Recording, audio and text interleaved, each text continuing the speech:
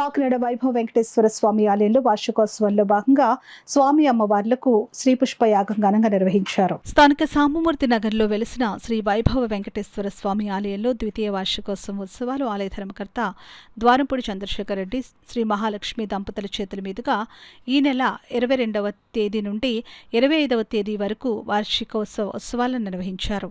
అందులో భాగంగా శ్రీ పంచమి రోజున స్వామివారి కళ్యాణోత్సవం ఘనంగా నిర్వహించారు. అనంతరం రథసప్తమి నాడు వేద పండితుల మంత్రోచ్చరణల మధ్య భక్తి శ్రద్ధలతో అర్చక స్వాములు వివిధ రకాల సుగంధ పుష్పాలతో స్వామి అమ్మవార్లకు విశేష శ్రీ పుష్పయాగం నిర్వహించారు. ఈ సందర్భంగా ఆలయ అర్చకులు శ్రీచరణ్ మాట్లాడుతూ శ్రీ పుష్పయాగం ద్వారా లోక కళ్యాణం, వర్షాభివృద్ధి, శాంతి, సౌభాగ్యాలు చేకూరాలని స్వామివారిని ప్రార్థించామని అన్నారు. పరిసర ప్రాంతాల నుంచి వచ్చినటువంటి భక్తులతో ఆలయ ప్రాంగణమంతా ఆధ్యాత్మిక వాతావరణం నెలకొనగా పుష్పయాగం అనంతరం ఆలయ నిర్వాహకులు వచ్చిన భక్తులకు ప్రసాద వితరణ కార్యక్రమం చేపట్టారు. ఈ కార్యక్రమంలో పెద్ద సంఖ్యలో మహిళలు, చిన్నారులు, భక్తులు, ఆలయ కమిటీ సభ్యులు పాల్గొన్నారు.